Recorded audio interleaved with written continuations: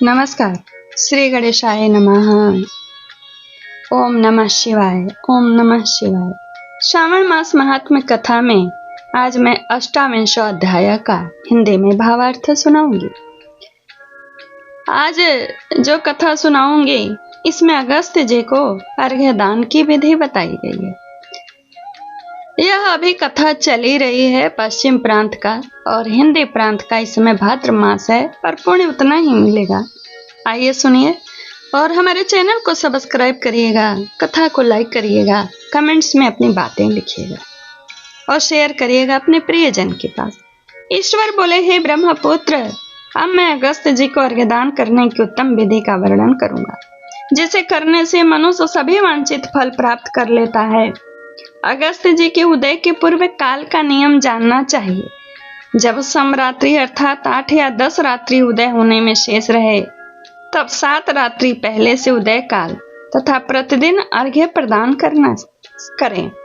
उसकी विधि मैं आपसे कहता हूँ। जब से अर्घ्य देना प्रारंभ करें, उस दिन प्रातः काल श्वेत तिलों से स्नान करके गृहाश्रमी मनुष्य श्वेत माला तथा श्वेत वस्त्र धारण करे और स्वर्ण आदि से निर्मित कुंभ स्थापित करे, जो छिद्र रहित पंच रत्न से युक्त घृत पात्र से समन्वित अनेक प्रकार के मोदक आदि भक्ष्य पदार्थ तथा फलों से संयुक्त माला वस्त्र से विभूषित तथा ऊपर स्थित ताम्र के पूर्ण पात्र से सुशोभित हो। उस पात्र के ऊपर अगस्त्य जी की स्वर्ण प्रतिमा स्थापित करें, जो अंगुष्ठा मात्र प्रमाण वाले पूषाकार 4 भुजाओं से युक्त स्थूल दीर्घ भुज दंडों से सुशोभित दक्षिण दिशा की ओर मुख किए हुए, सुंदर शांत भाव संपन्न जटा मंडलधारी कमंडलू धारण किए हुए, अनेक शिष्यों से आवृत, हाथों में कुश तथा अक्षत लिए हों, ऐसे लोपा मुद्रा सहित मुनि अगस्त्य का आह्वान करें और गंध पुष्प आदि 16 उपचारों तथा अनेक प्रकार के नैवेद्यों से उनका पूजन करें। इसके बाद भक्ति युक्त चित्त से उन्हें दही तथा भात की बलि प्रदान करें। तदंतर अर्घ्य दें, उसे भी विधिवत सुनिए।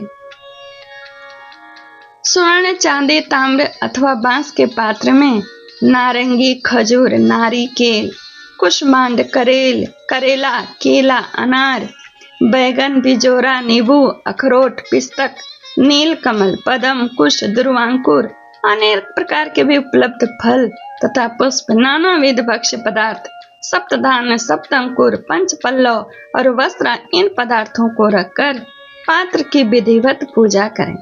पुनः घुटने के बल पृथ्वी पर टेक कर सिर झुकाकर उस पात्र को मस्तक से लगाकर नीचे की ओर मुख करके अगस्त्य मुनि किस प्रकार प्रार्थना करें और श्रद्धा भक्ति पूर्वक सावधान होकर अर्घ्य प्रदान करें। काश पुष्प के समान स्वरूप वाले अग्नि तथा वायु से प्रादुर्भूत तथा मित्रा वरुण के पुत्र हे अगस्त्य, आपको नमस्कार है।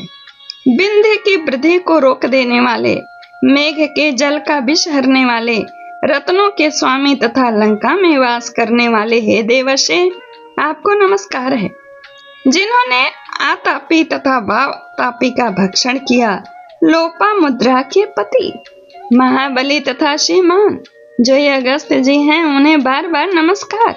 जिनके उदित होने से समस्त पाप, मानसिक तथा शारीरिक रोग और तीनों प्रकार के ताप, आधे दैविक आधे भौतिक आध्यात्मिक नष्ट हो जाते हैं, उन्हें बार बार नित्य नमस्कार है। जिन्होंने जल जंतुओं से परिपूर्ण समुद्र को पूर्व काल में सुखा दिया था, उन पुत्र सहित, शिष्य सहित तथा भार्या सहित अगस्त्य जी को नमस्कार है।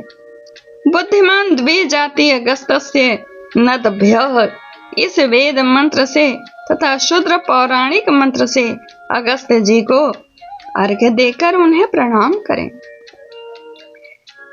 इसके बाद लोपा मुद्रा को अर्घ्य दें। हे राजपुत्री, हे महाभागे, हे ऋषि पत्नी, हे सुमुखी, हे लोपा मुद्रे, आपको नमस्कार है। मेरे अर्घ्य को स्वीकार करें। तत्पश्चात मंत्र वेत्ता को चाहिए कि अर्घ्य मंत्र से घृत की 8000 अथवा 108 आहुति प्रदान करें। इस प्रकार करके अगस्त्य जी को प्रणाम करने के अनंतर यह कहकर विसर्जन करें, बुद्धि से परे चरित्र वाले हे अगस्त्य, मैंने सम्यक रूप से आपका पूजन किया है। अतः मेरी ही लौकिक तथा पारलौकिक कार्य सिद्धि को करके आप प्रस्थान कीजिए। इस प्रकार उन अगस्त्य जी को विसर्जित करके वेद वेदांत के विद्वान निर्धन तथा गृहस्थ ब्राह्मण को समस्त पदार्थ अर्पण कर दें और मुख से यह कहें, सत्कार किए गए अगस्त्य जी ब्राह्मण रूप से स्वीकार करें।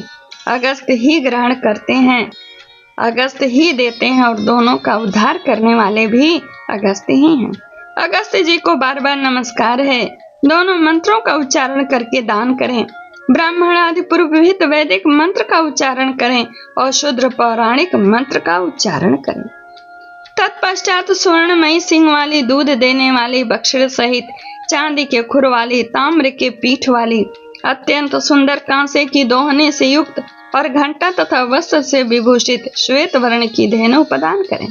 अगस्त्य मुनि के उदय के 7 दिन पूर्व से इस प्रकार अर्घ्य देकर ही 7वें दिन दक्षिणा सहित गौ प्रदान करें।